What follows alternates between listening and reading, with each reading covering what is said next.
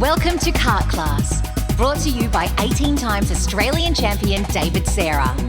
Kart Class strives to give kart racing drivers the fundamental driving skills, kart setup, and the mindset required to take you from beginner to winner. Your host, David Serra, has over 25 years' experience in kart racing and is the most successful driver in Australian history. Good day, guys, and welcome back to another episode of our Kart Class podcast. I'm your host, 18-time Australian champion David Serra, and today's discussions will all be about indoor kart racing tips. Or could be outdoor kart racing tips as well.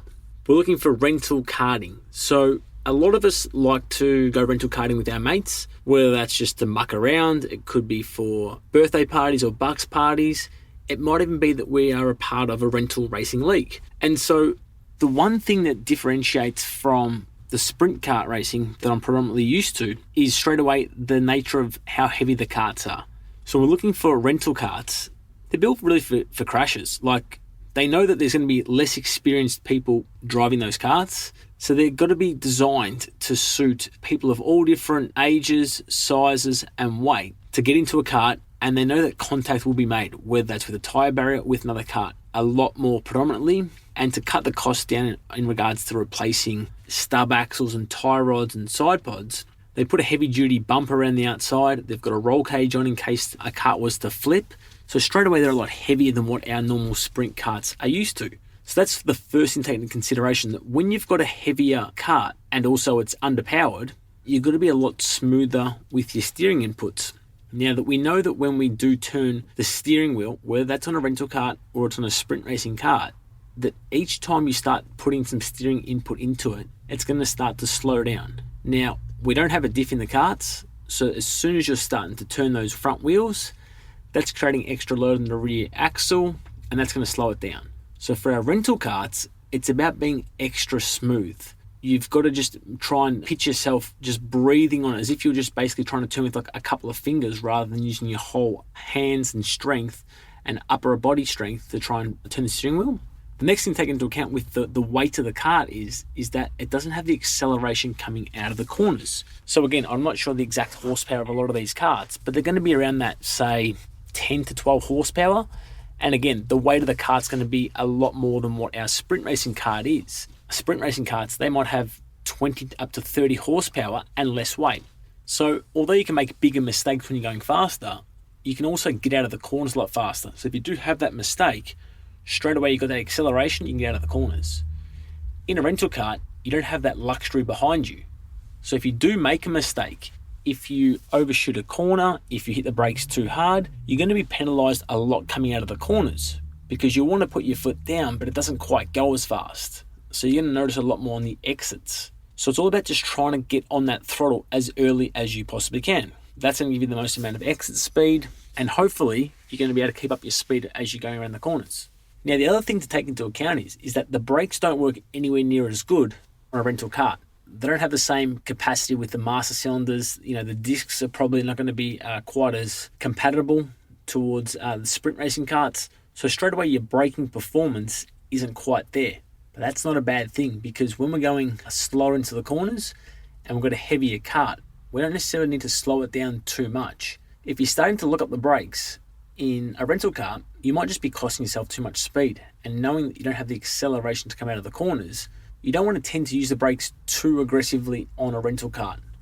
Obviously, when you go into your sprint karts and you're traveling in the corners at maybe, say, 100 Ks, you need to slow it down a lot quicker to get back to your minimum corner speed to corner without having any mistakes. So just trying to remember in a rental kart, don't use the brakes too aggressively because it's not quite necessarily. Obviously, if you've got a tight hairpin, you have to use the brakes a bit more than on a fast flowing corner, but don't overdo it because that's really going to cost you your momentum and your speed coming out of the corners.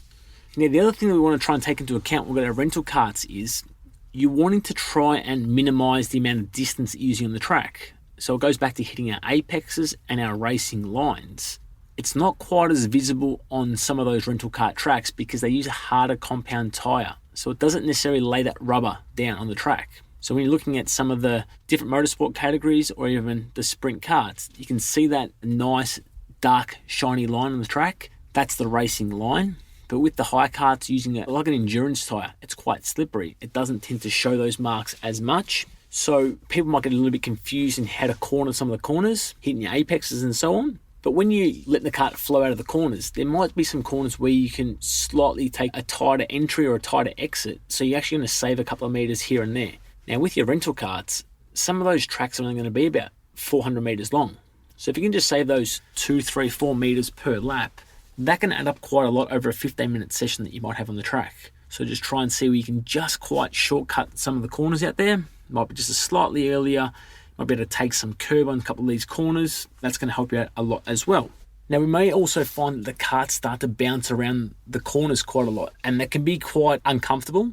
Again, they're not designed for comfort, a lot of these rental karts. There's very, very hard seats, there's no padding in them. Generally, they're way oversized, some of those seats, so you tend to get thrown around in the seats a lot more. So we want to try and limit the amount of bouncing that goes on. And that could be that you're just cornering in too fast and you're turning too aggressive in the steering wheel. All of a sudden it has that little bit of a skip and a bit of a hop around the corners. And sometimes when that happens, it's not actually making you any faster. So just be careful about the karts not hop around the corners too much. You can be a little bit smoother and let the kart flow out of the corners. It should limit the amount of chances of it bouncing around the corners. So they're probably sort of those 4 tips in regards to helping you out for your rental kart needs. So the next time you go to a birthday party or you want to show off against your mates, that could be a way to try and help you out, actually decrease lap times because you want to go faster. So you want to drop those lap times down and hope you can actually beat your mates. So the things were very, very smooth inputs because heavy karts, you don't have the momentum. The next thing is to accelerate early. You want to be on the gas earlier than your opposition because you don't have that horsepower and the additional weight on those karts. You need to get it fast out of the corners. Next thing is with your brakes, they're not too powerful. That's a good thing in those high karts. You don't want to overslow the kart too much. Also, try and shorten the track wherever possible if you can. Use the curbs, cut some of the corners ever so slightly, try and save a couple of meters each lap. The last thing is if your kart is bouncing around the corners, try and be smooth on the steering inputs and try and let the kart flow out so you can minimize that bouncing around the corners. I think that's it for today's episode on our Kart Class podcast. I'm your host, 18-time Australian champion David Serra. Thanks very much for listening. If you want to join us over at our social media channels, follow us at Kart Class on Instagram and TikTok. We provide all your driving tips and needs for you to go faster. Thanks very much for tuning in. Cheers.